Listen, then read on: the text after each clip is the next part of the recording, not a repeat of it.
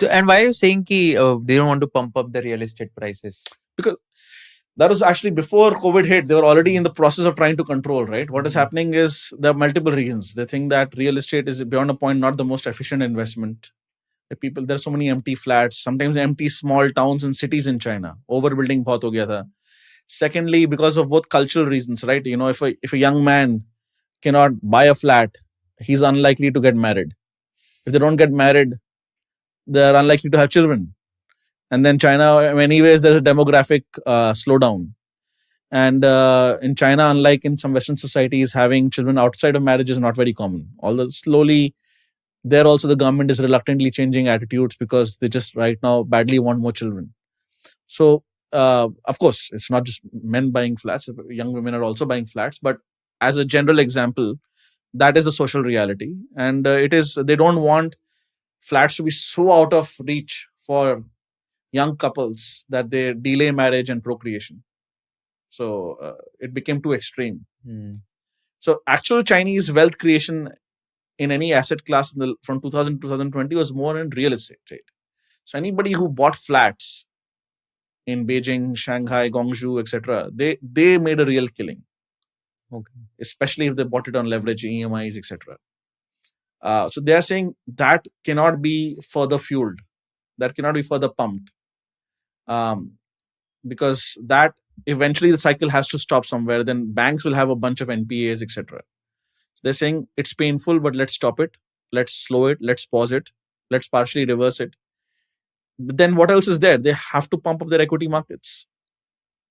If QE will happen, right? अगर आप export नहीं कर सकते, आप real estate और नहीं बढ़ा सकते. There's only so much gold or Bitcoin or etc. Whatever some young people want to buy. Gold is more acceptable because their central bank is also buying it, especially after Russian reserves were kind of taken over by the US and EU authorities after the Ukraine invasion. So there is nothing else left to pump.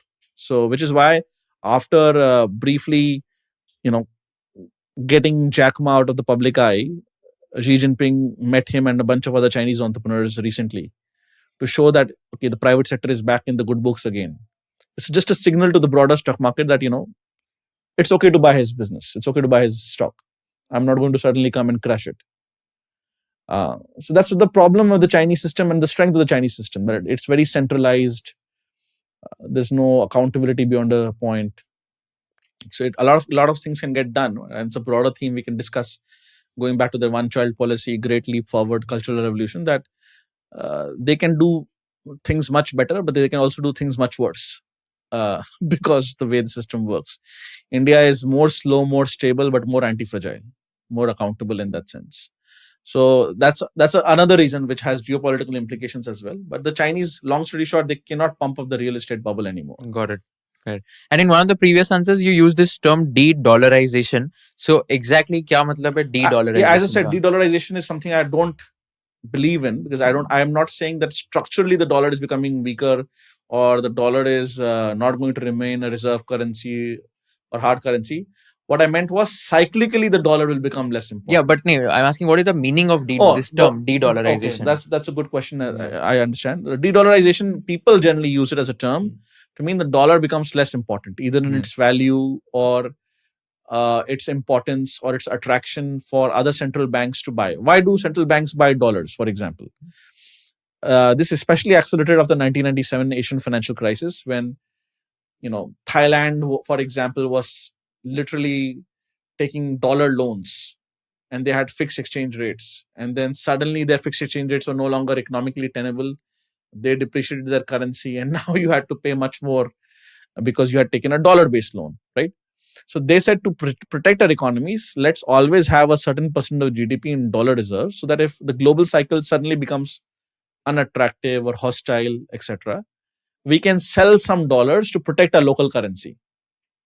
To protect your Thai baht or Indian rupee. Indian rupee was never fixed, but still never fixed in the 90s to that extent. Although when the dollar cycle turns and emerging markets make much more money, in the short term they will buy more. But this may be the last hurrah. On the other hand, so that's a structural bid which is getting close to, because everybody now has enough dollar insurance or is getting close to having enough dollar insurance. And then on top of that, there is a dollar cycle, which we spoke about earlier. So the dollar cycle since we are at a 20-25 year dollar cyclical high, the next few years is likely to see the dollar going down in a cyclical sense, but that would not imply de-dollarization the way people think. So it will be a cyclical de-dollarization if you want to use the term, although I'm hesitant to use the term, because de-dollarization in some people's mind, as I was saying, implies that dollar will no longer remain the world's reserve currency. It will no longer be valuable. It will lead to massive hyperinflation. No, those things are not happening, unlikely. But the dollar will become cyclically less important. Maybe in 5-10 years, it again starts becoming more important. At the same time, structurally, the dollar will also become slightly less important, but still being a reserve currency. So, Barry Aiken Green is a professor who often talks about monetary policy, finance, economics, etc. I think he's University of California, Berkeley based. So he has written a paper saying that you can have multiple reserve currencies in the world. Dollar may remain the most important for some time, but there is no intrinsic reason in today's age of computers, etc., that a Chinese economy, which is larger than Indian economy, and once the Chinese yuan appreciates, it'll start catching up with the US economy in dollar terms. If they open their capital account, although they have some issues given their political system, as India grows much larger and slowly opens its capital account, you could have 2-3 reserve currencies in the world by 2035, 2040. If that is the case, of course, the dollar's relative privilege decreases. It's something similar happened. One of the reasons the dollar cycle turned in 2002, we can kind of guess as a proximate reason, is A, of course, the Chinese entered the WTO and started growing much faster, exporting much faster, but also the euro was created in early 2000s. The euro, the European economies individually are not as powerful as they are in a combined sense. Even though they're not exactly one country, but the euro together as a eurozone GDP is almost comparable to the US. It's fallen behind a bit towards the last 10 years, but it is comparable.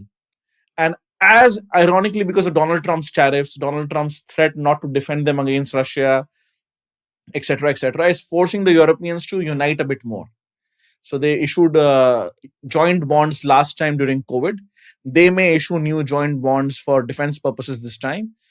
Germany has already reduced or ended its debt break, like that we will not have any fiscal deficit, etc., despite a new government having promised the exact opposite. But they said because Donald Trump is saying he may not defend us against Russia, etc., he's not helping Ukraine to the extent we want to.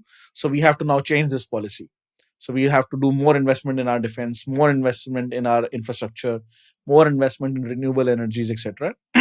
So based on that reason, the European currency may become more coherent.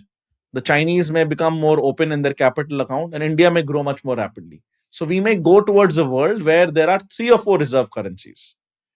That does not mean the dollar will not remain a reserve currency. That does not mean the dollar will not see cycles. But right now in 2025, what is most likely in terms of probabilities, without being 100% sure, is the dollar now sees a down cycle. That some people will definitely confuse with a structural de-dollarization, although by the early 2030s, they may be wrong on that because the dollar may start, for all we know, another up cycle. But for the time being, very, very bearish on the dollar in a cyclical sense, but not necessarily in a structural sense.